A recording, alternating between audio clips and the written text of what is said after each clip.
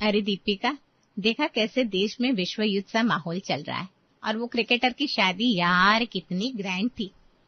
Grand तो मेरे बेटे के मैथ्स के पेपर का सिलेबस था। हाय रे शांता, ये तो मैं ही जानती हूँ कैसे कैसे रिवीजन किया है रो धोकर। अच्छा, तेरा बेटा भी तो मेरे बेटे की क्लास में है ना। मुझे तो पता ही नहीं कितना था सिलेबस। कैसी बात कर रही है, मजाक कर रही है ना? वरना मैथ्स के पेपर ने तो हिलाकर रख दिया था। हिलाकर रख दिया था? हाँ यार, भूकंप कितना तेज था ना, उस दिन पूरा घर हिल गया था।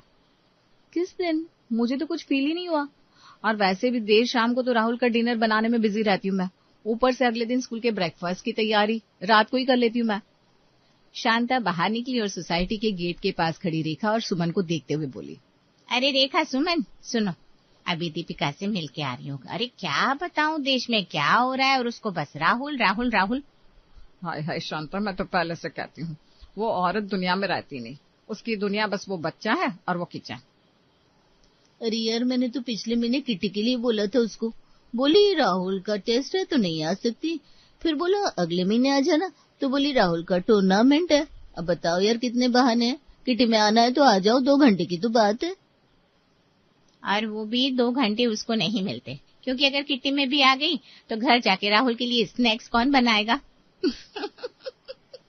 हंसो मत यार, मुझे तो कभी कभी उस पर तरस भी आता है। जब राहुल का कोई बड़ा टूर्नामेंट हो ना, तब तो घर देखो उसका, यार भगवान बचाए। बर्तन इधर उधर पड़े हैं, दरवाजे पर जूते, सोफे पर किताबें। लग रहा होता है जैसे तूफान आया था। अच्छा, मुझे नहीं पता था ये। हाँ यार, एक बार मैं गई थी राहुल के मैच के दिन, तो दीपिका बोली आजा बैठ। मैं बस राहुल का पानी का बोतल भर के आती हूँ और टिफिन पैक करती हूँ। मैं वहां बैठी रही आधा घंटा, वो टिफिन पैक कर रही थी, उसका प्रोटीन, उसका ये, उसका वो। यार मैं तो ऐसी कभी नहीं हो सकती। मेरे घर में कोई कुछ भी हो, किचन साफ रहेगा और मेरी किटी जाएगी। बच्चे अपना काम खुद करे, मैं भी इंसान हूँ, मेरी भी जिंदगी है। बिल्कुल सही बोल रही है तू। और उसका राहुल भी देखो, इतना लाड़ प्यार मिला है उसको, खुद पानी भी नहीं भर सकता अपना। अरे वो तो है ही, लेकिन यार एक बात बताऊं, कभी कभी जब रात को घर जाती हूँ ना और अपने बच्चे को देखती हूँ पढ़ते हुए, तो मन में आता है काश मैं भी थोड़ा दीपिका जैसी होती। क्या बात कर रही है यार? सच बोल रही हूँ। वो जो देती है ना राहुल को, वो अटेंशन, वो टाइम, यार वो चीजें पैसों से नहीं मिलती। शांता चुप हो गई। सुमन ने नीचे देखा। थोड़ी देर बाद सुमन धीरे से बोली, चल छोड़ यार, किसकी किटी है इस बार? शाम के करीब 7 बज रहे थे। दीपिका राहुल का होमवर्क करा रही थी और किचन में दाल का तड़का भी चढ़ा हुआ था। तभी सास सरोज कमरे से निकली। बहू, मुकेश आते ही होंगे, उनके कपड़े निकाले क्या अलमारी से? अम्मा जी बस 5 मिनट, राहुल का ये एक सवाल करा दूं। 5 मिनट 5 मिनट, हर बार यही 5 मिनट सुनती हूँ मैं। मुकेश ऑफिस से थका हारा आएगा, उसको कपड़े खुद निकालने पड़ेंगे क्या?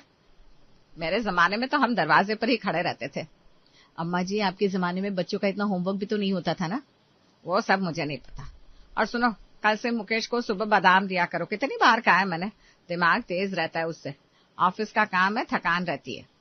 अम्मा जी दे तो रही हूँ, बस कभी कभी राहुल की स्कूल बस का टाइम हो जाता है तो। राहुल राहुल राहुल, बस राहुल ही है क्या इस घर में? बेटा है तो क्या मुकेश कुछ नहीं? उसकी भी तो जिम्मेदारी है तुम्हारी। अम्मा जी मैं कहाँ कह रही हूँ नहीं है, लेकिन सुबह से इतना काम होता है, टिफिन, नाश्ता, राहुल का बैग, उसकी ड्रेस और मुकेश का खाना, वो कहाँ जाता है लिस्ट में? कल ऑफिस से आया तो आधे घंटे बाद दिया खाना तुमने, आधा घंटा भूखा बैठा रहा बेचारा। अम्मा जी दाल जल गई थी तो दोबारा बनानी पड़ी।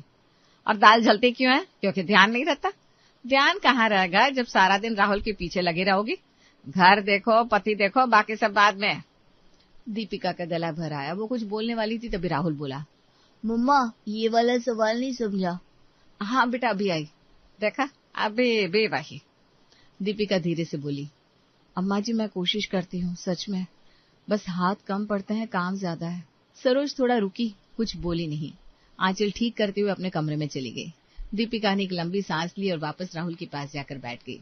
सुबह के 8:30 बज रहे थे। मुकेश तैयार होकर बैग उठाए निकलने लगा, तभी सरोज रसोई से निकली। ए मुकेश रुक 1 मिनट, इतनी जल्दी क्या है बेटा? अम्मा देर हो रही है, मीटिंग है आज। अरे मीटिंग तो रोज होती है, पहले बता टिफिन रखा क्या बैग में? हाँ माँ।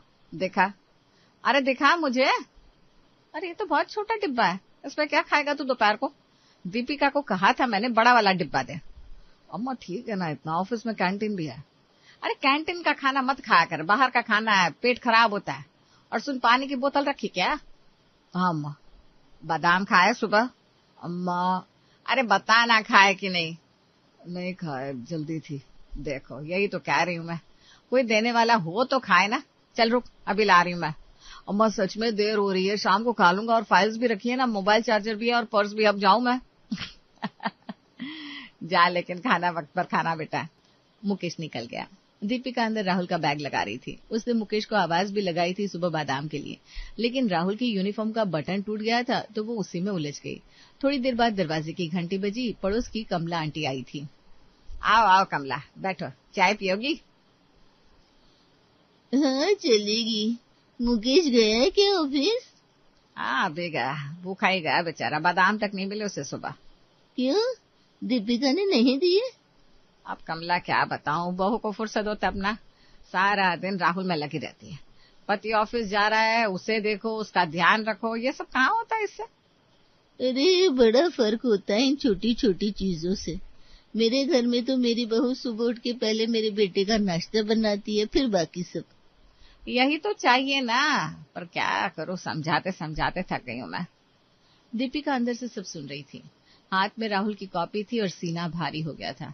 मन में आया कि जाकर बोले, अम्मा जी मैंने ही कल रात को मुकेश की शर्ट प्रेस की थी, मैंने ही उनकी फाइल याद दिलाई थी, मैंने ही सुबह 4 बजे उठकर टिफिन बनाया था।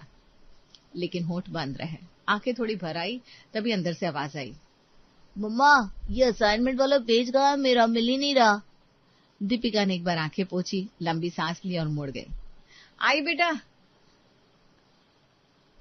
बाहर कमला और सरोज की चाय की चुस्कियां चल रही थी और दीपिका फिर अपनी दुनिया में लग गई थी। शाम को सरोज खिड़की के पास बैठी थी। फोन पर गांव वाली भाभी से बात हुई थी तो मन थोड़ा उदास हो गया। सरोज धीरे से खुद से बोली, कितने साल हो गए गांव गए हुए, भाभी बुला रही है।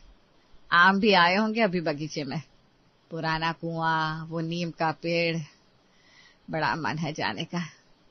फिर एक पल रुकी, लेकिन जाऊं तो घर कौन देखेगा, मुकेश को सुबह कौन उठाएगा।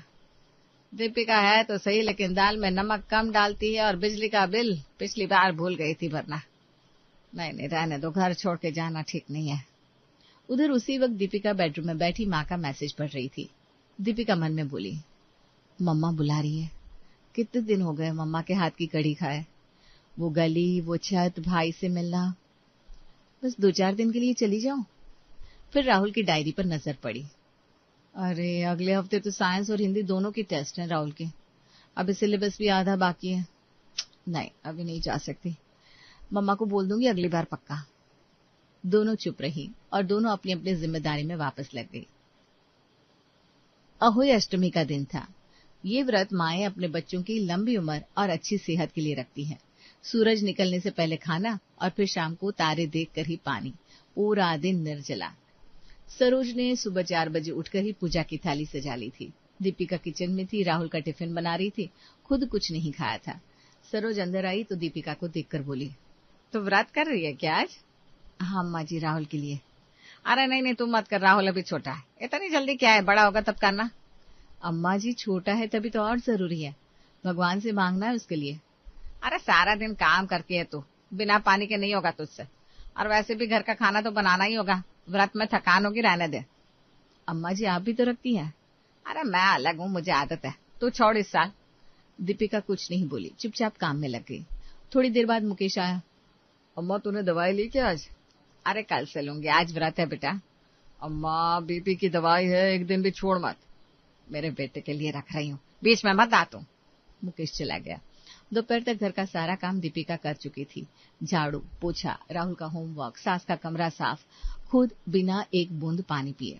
तभी सरोज किचन में आई और बोली, दोपहर का खाना नहीं बना क्या अभी तक? मुकेश आएगा थोड़ी देर में। बना रही हूँ अम्मा जी, बस दाल चढ़ाई है। व्रत का बहाना बना के काम छोड़ेगी तो नहीं चलेगा, घर का काम तो करना ही होगा। दीपिका ने एक पल रुककर सरोज को देखा, कुछ नहीं बोला, बस गैस धीमी की और दाल चलाती रही। अंदर से घुटन हो रही थी, सोच रही थी अम्मा जी खुद बीमार है, दवाई चल रही है, उनका व्रत सबको प्यारा लगता है और मेरा व्रत बहाना। शाम को तारे निकले। सरोज और दीपिका दोनों छत पर गई। दोनों के हाथ में थाली थी। सरोज ने आंखें बंद की, मन में मुकेश के लिए मांगा। दीपिका ने आंखें बंद की, मन में राहुल के लिए मांगा। दोनों की आंखें एक जैसी थी, दोनों के होठ एक जैसे हिल रहे थे। राहुल नीचे से चिल्लाया, मम्मा दादी जल्दी आओ, तारा दिख गया। चल बहू जरा थाली छत तक पहुंचा दे, तू भी देख ले व्रत कैसे खोलते हैं। लेकिन ये क्या, जब सरोज ने भी तारा देखकर व्रत खोला तो आखिर तो नहीं मानी ना। माँ जी आप भी तो नहीं मानी, बेटा तो किसी भी उम्र का क्यों ना हो, बच्चा ही लगता है ना। आप पहले पीजिए अम्मा जी। दोनों चुप रही और दोनों ने एक साथ ग्लास उठाया, व्रत खोला और अपने अपने काम पर लग गई। रविवार की सुबह थी। दीपिका ने वॉशिंग मशीन खोली तो देखा अंदर मुकेश के कपड़े भरे पड़े हैं। उसने राहुल की स्कूल शर्ट उठाई और डालने लगी। तभी सरोज आ गई। अरे रुक रुक रुक, क्या कर रही है? मुकेश के कपड़े अंदर महंगे, वो पहले वो धुल जाए फिर राहुल के डालना। अम्मा जी बस एक शर्ट है, कल स्कूल के लिए चाहिए ना राहुल को। तो क्या हुआ, मुकेश के कपड़े पहले बाद में राहुल के। अम्मा जी मशीन में जगह है, दोनों आ जाएंगे। नहीं आएंगे, मुकेश की शर्ट 1500 की है, रंग उड़ जाएगा, सुना तूने? दीपिका ने एक सांस ली, शर्ट वापस निकाल ली, बाल्टी उठाई और बाथरूम की तरफ चल दी। तभी पीछे से सरोज की आवाज आई, और सुन, ये 2 कुर्ते मुकेश के भी हाथ से धो देना, मशीन में नहीं जाएंगे ये। दीपिका के हाथ एक पल के लिए रुके, भीतर कुछ कसा लेकिन मुंह से कुछ नहीं निकला। बाथरूम में बैठकर वो राहुल की शर्ट घिसती रही, साथ में मुकेश के 2 कुर्ते भी। बाहर मशीन घूम रही थी, सिर्फ मुकेश के कपड़े लेकर। दोपहर का वक्त था। सरोज की छोटी बहन कमला आई थी।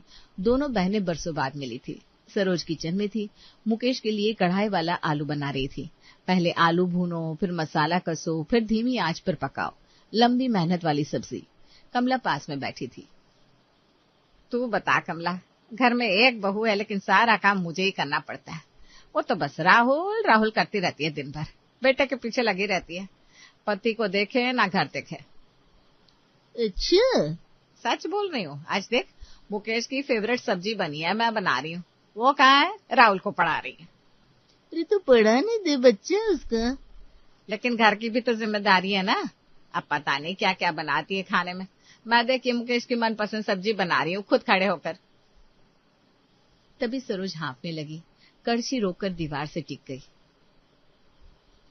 अरे सरोज बैठ बैठ, ये क्या कर रही है इस उम्र में? बैठ जा पहले। अरे कुछ नहीं, थोड़ी सांस फूल गई बस। एक बात पूछूं, बहू राहुल के पीछे लगी रहती है, तू मुकेश के पीछे लगी रहती है। दोनों अपने अपने बेटे के लिए कर रही हो, तो उसकी बुराई किस बात की? सरोज चुप हो गई। और ये सब्जी दीपिका से बनवा लेती, खुद क्यों खड़ी हो गई?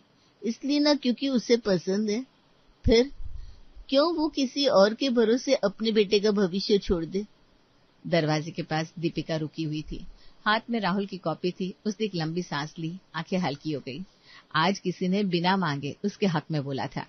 कमला की बात सुनकर सरोज ने कड़छी वापस उठा ली। कमला तू समझ नहीं रही, मैं तब मुकेश के पीछे लगती हूँ जब सारा काम निपटा लेती हूँ। पहले घर, पहले सब, फिर बेटा। लेकिन ये दीपिका सुबह उठते ही राहुल राहुल शुरू हो जाती है। खाना आधा, घर आधा और बेटा पूरा। अरे लेकिन नहीं नहीं नहीं, तू बाहर से आई है, तुझे नहीं पता रोज का हाल। बहू के हाथ में झाड़ू हो तब भी राहुल बुला ले तो झाड़ू वहीं छोड़ देगी। ये कोई तरीका है घर चलाने का? तभी दरवाजे से दीपिका अंदर आ गई। आवाजें सुन रही थी, काफी देर से, आज रुकी नहीं। अम्मा जी एक बात कहूं? कहो। आप कहती हैं कि सारा काम करके फिर मुकेश का भी सारा ध्यान रखती हूँ। मैं भी तो यही करती हूँ। सुबह 4 बजे उठती हूँ, खाना, टिफिन, घर, आपकी दवाई सब निपटाती हूँ, फिर राहुल के पास बैठती हूँ। काम छोड़कर नहीं बैठती। अरे लेकिन कल दाल जली थी ना। क्योंकि उसी वक्त राहुल का होमवर्क था और आपकी तबीयत भी ठीक नहीं थी। 2 काम एक साथ थे। इंसान हूं मैं भी अम्मा जी। देखो दीपिका गलत तो नहीं कह रही। सरोज चुप रही, कड़छी धीमी हो गई। दीपिका ने बस इतना और कहा, अम्मा जी राहुल आपका भी तो पोता है। कमरे में कुछ देर के लिए सिर्फ सब्जी की खुशबू रही, कोई कुछ नहीं बोला। शाम को सरोज पार्क में टहल रही थी, धीरे धीरे चल रही थी। घुटने दुखते थे लेकिन डॉक्टर ने कहा था चलना जरूरी है। पास वाली बेंच पर कुछ औरतें बैठी थी, सोसाइटी की बहुएं थी, हंस हंस कर बातें कर रही थी। सरोज उधर से निकलने लगी तो कान में आवाजें पड़ी, यार दीपिका को देखो, ना किट्टी, ना शॉपिंग, ना कहीं घूमना, बस घर और राहुल, राहुल और घर। अरे उसे फुर्सत मिले तब ना, सुबह से रात तक लगी रहती है, कभी टिफिन, कभी होमवर्क, कभी सास की दवाई। और ऊपर से सास भी तो उसके पीछे पड़ी रहती है हमेशा। बेचारी, इतना सब करके भी चैन नहीं। सब हंसी। सच यार, ये नहीं कि पति के पैसे उड़ाए, महंगे कपड़े, ब्यूटी पार्लर, सास के सर पर बच्चा पटक कर ऐश करे। अरे वे उम्र है उसकी, वो भी बच्चे के पीछे बर्बाद कर रही है सारी जवानी। यार एक बात बताओ, घर में रहकर इतना करती है वो, राहुल को खुद पढ़ाती है, ट्यूशन के पैसे बचाती है, खाना घर का बनाती है, बाहर का खाना भी नहीं मंगाती, हिसाब से चलती है। हाँ यार, मेरी तो सास खुश है कि मैं किटी जाती हूँ, लेकिन महीने के आखिर में पैसे मांगती हूँ तो कहती है पिछले महीने भी दिए थे, घर में भी तो खर्चा है। सब फिर हंसी। सरोज के पैर वहीं रुक गए। मन में एक एक बात उतरने लगी। राहुल की ट्यूशन दीपिका ने कभी नहीं लगाई। बोला था कि मैं पढ़ा लूंगी, पैसे क्यों खर्च करे। किराने का हिसाब हमेशा कॉपी में लिखती है, कभी फालतू नहीं उड़ाए। मुकेश की शर्ट खुद प्रेस करती है, इस्त्री वाले को नहीं देती। बीमार थी एक बार, बुखार में भी किचन में खड़ी थी। और मैं?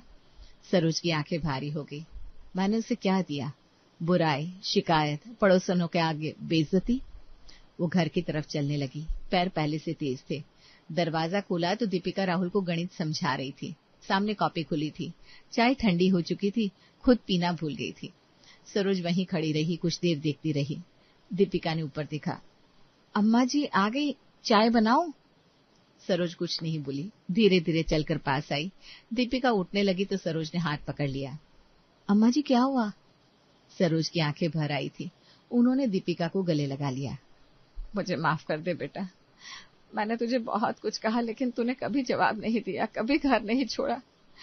तू मुझसे बेहतर है। दीपिका की आंखें भर आई, गला रूंध गया। राहुल ने दोनों को देखा तो बोला, दादी मम्मा क्या हुआ, रो क्यों रहे हो? सरोज ने आंसू पोंछे और राहुल को पास बुलाया। कुछ नहीं बेटा, तेरी मम्मा बहुत अच्छी है, बस यही बता रही थी उसे। दीपिका ने चुपचाप सरोज का हाथ थाम लिया। घर में पहली बार उस शाम कोई किटकिट नहीं थी, सिर्फ एक अजीब सी शांति थी जो बहुत दिनों बाद आई थी।